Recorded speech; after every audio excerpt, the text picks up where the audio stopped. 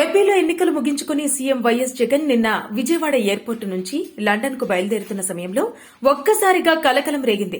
Gannavaram ఎయిర్పోర్టులో CM Jagan వచ్చిన సమయంలో ఆయనకు సమీపంగా వచ్చినట్టు చెబుతున్న ఎన్ఆర్ఐ డాక్టర్ ఉయ్యూరు లోకేష్ కుమార్ ను పోలీసులు అదుపులోకి తీసుకున్నారు. ఎయిర్పోర్టులో వీఐపీ మూవ్మెంట్ ఉన్న సమయంలో అనుమానాస్పదంగా తిరుగుతున్నారనే కారణంతో ఆయన్ను అదుపులోకి తీసుకున్నారు. ఈ విషయం బయటకు రావడంతో పోలీసులు స్పందించారు. గన్నవరం ఎయిర్పోర్టులో అమెరికా నుంచి వచ్చిన ఎన్ఆర్ఐ డాక్టర్ ఉయ్యూరు లోకేష్ కుమార్ ను అదుపులోకి తీసుకున్నామని, అయితే అనారోగ్యంగా ఉందని చెప్పడంతో వెంటనే ఆసుపత్రికి తరలించినట్టు చెప్పారు. అయితే లోకేష్ ను అక్రమంగా అదుపులోకి తీసుకున్నారని, కిడ్నాప్ చేశారని, వేధించారని, చివరకు ఆయన అనారోగ్యం పాలవడంతో ఆసుపత్రిలో చేర్చారనే ప్రచారం జరిగింది. ఈ నేపథ్యంలో డాక్టర్ ఉయ్యూరు లోకేష్ కుమార్ తాజాగా టీడీపీ ఆఫీసులో ప్రత్యక్షమయ్యారు.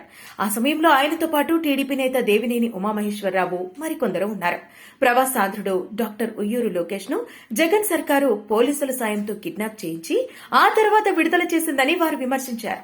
ఈ సందర్భంగా ఉయ్యూరు లోకేష్ మాట్లాడుతూ గన్నవరం ఎయిర్పోర్టుకు వచ్చిన తనపై పోలీసులు దాడి చేశారని, జగన్ ప్రభుత్వ విధానాలను ప్రశ్నించినందుకే వారు ఎయిర్పోర్టులో తనను గుర్తుపట్టి అదుపులోకి తీసుకున్నారని, ఆ తర్వాత దాడి చేశారని అన్నారు.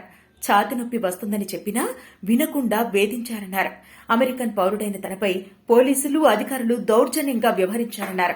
దీనిపై ఎంబసీతో పాటు ఉన్నతాధికారులకు ఫిర్యాదు చేశామన్నారు. తనను వేధించిన పోలీసులపై చర్యలు తీసుకునే వరకు పోరాడుతానని స్పష్టం చేశారు. మరిన్ని అప్డేట్స్ కోసం మా ఫోకస్ న్యూస్ తెలుగును సబ్స్క్రైబ్ చేయండి. ఈ వీడియో కనుక మీకు నచ్చినట్లయితే లైక్ చేయండి, షేర్ చేయండి. మీ విలువైన అభిప్రాయాలను కామెంట్ బాక్స్ లో తెలియజేయండి.